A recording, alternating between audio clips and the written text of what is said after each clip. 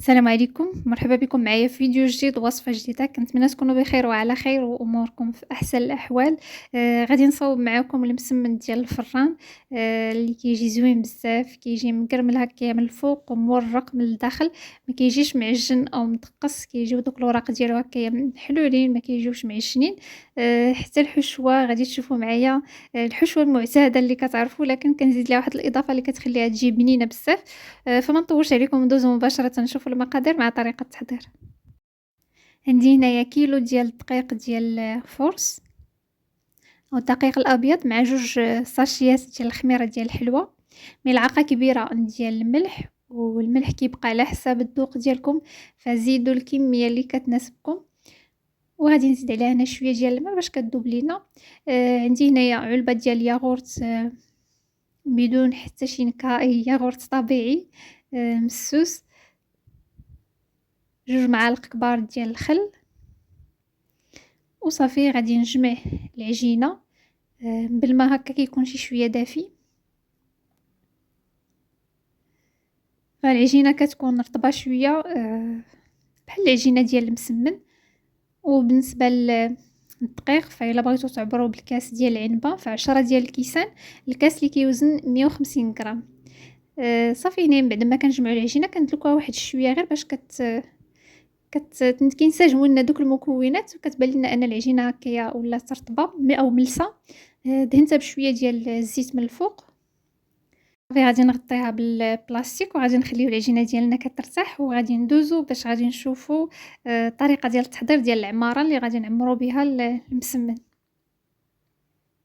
عندي هنايا 2 بصلات كبار مقطعين هكايا رقاق، مع الفلفله حمراء وصفراء. خليتهم هكا حتى كيدبالو شي شويه مع الزيت. من بعد الصدر ديال الدجاج مقطع قطع صغيره، وغادي نزيد العطريه الملحه، واحد نصف ملعقه ديال السكنجبير، نصف ملعقه صغيره ديال الابزار، واحد ربع ملعقه ديال الثومه غبره، تقدروا تعوضوها بالثومه طريه، او واحد الضرس ديال الثومه في حالات الا ما عندكمش الثومه غبره، وملعقه صغيره ديال التحميره، ونيز ضربيه. صافي كنخلطوا مزيان هاد المكونات، وغادي نزيد الخيزو، واحد 2 خيزويات كبار مع 2 قرعاص مقطعين رقاق. وكنخليو هاد العماره ديالنا حتى تهبط لينا ديك الخضره وكتعسل مزيان. وغادي ندوزو هنايا باش نشوفوا العجينه من بعد ما ارتاحت وخمرات لينا شويه. فغادي ندوز هنايا باش غادي نقطعها، فكندهنو يدينا بشويه ديال الزيت، غادي نقطعها لكرات. العجينه هادي كتجي زوينه بزاف، كتجي رطبه خفيفه. فداك الياغورت اللي درنا فيها فكيعطيها واحد القوام هكا اللي زوين بزاف. هنايا دهنتها بالزيت وغادي نقطعها لكرات. فانا تقريبا قطعتها ل 17 كره. الا بغيتو ديروا بحال هذا القياس هذا اللي درت، وكندهنوهم بشويه ديال الزيت باش هكا ما كيلصقوش لينا في البلاطو. من بعد غادي نغطيوهم بالبلاستيك، غادي نعاودو نخليهم شويه كيرتاحوا باش فاش نبغيو نسرحوهم كيتسرحوا لينا بكل سهوله. وغادي ندوزو هنايا باش نكملو العماره. فبالنسبه لديك الخضره اللي درت كنخليوها حتى كتدبال بحال هكا، ما كتبقاش باينه. عدت هنايا الشعريه الصينيه، سلقتها وقطعتها مزيان، وزدت هنايا واحد الكميه ديال الطون، تقريبا واحد 2 علب ديال الطون. وغادي نخلط مزيان. فهاد الاضافه ديال الطون مع هاد العماره هادي راه كتعطي واحد المذاق اللي زوين بزاف، جربوها وردوا عليا. زدت شويه ديال الربيع، وصافي هنايا غادي ندوز باش كنحطو ديك العماره كتبرد. وغادي ندوز هنايا باش نطلق هاد الكرات هادو، كنقادو مسمنات، كندهن بشويه ديال الزيت، وغادي نورقهم بالزبده. فخديت الزبده هكايا، ما دوبتهاش، غير خليتها حتى تولي رطبه هكايا، كنهزها وكندهن بها المسمن، وكنشكل مسمنات بحال هكا. الا بغيتو تقدروا تورقوا حتى بالزيت، فانا شي وحدين درت لهم زيت العود، زيت الزيتون، فحتى هما راه كيجيو زوينين. وكنطلقوا المسمن ديالنا، نشكلوه على شكل مسمنات، او كنطلقوا هاد العجينه كنشكلوها على شكل مسمنات. غادي نستمر بنفس الطريقه حتى نكمل هاد المسمنات كاملين اللي عندي. صافي هنايا كنورقهم كاملين، كنرجعوهم للبلاطو، كنغطيوهم بالبلاستيك باش كترتاح العجينة، باش فاش نبغيو نطلقوها كتطلق لينا بكل سهولة. بالنسبة للعمارة من بعد ما كطيب كتجي بحال هكا، راه كتجي بنينة بزاف، كتجي زوينة. هاد العمارة ديال الخيزو والقرعة الشهيرة ديال المغاربة بزاف منكم ما كتعجبوش، ولكن راه كيبقى غير الاختلاف في الطريقة ديال الطياب ديالها. فاش ما كنطيبوش الخضرة مزيان كتبقى هكايا خضرة، كتكون ميهة، كتجينا بحال الشكل ديال المرقة، وما ديروش فيها الخرقوم كتجي بحال المرقة.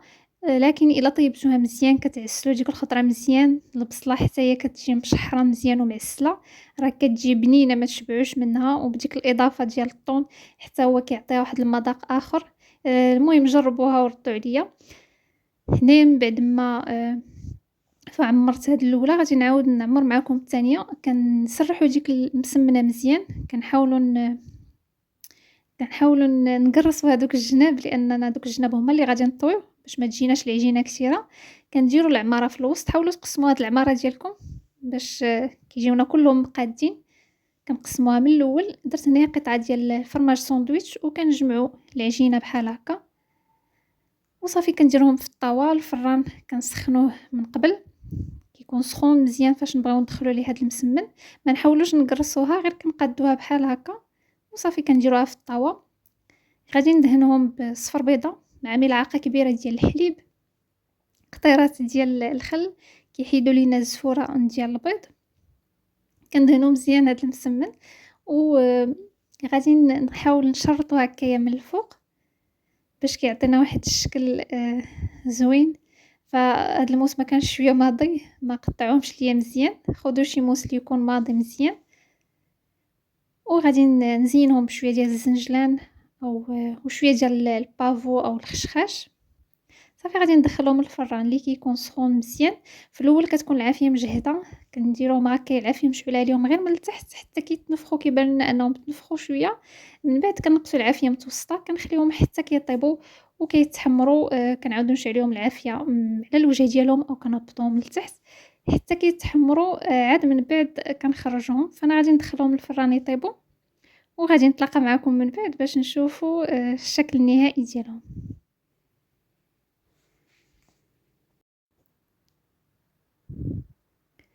هنا من بعد ما كيطيب المسمن فكيجي الشكل ديالو بحال هكا، كيجي مقرمش كيف ما كتسمعوا معايا.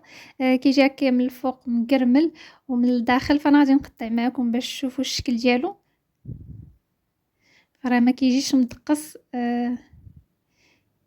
من التحت هكايا كتجي الورقه او العجينه ديال المسمن قليله، لان التحت ما غاديش تنفخ فيه العجينه باش هكايا ما تكونش مدقصه.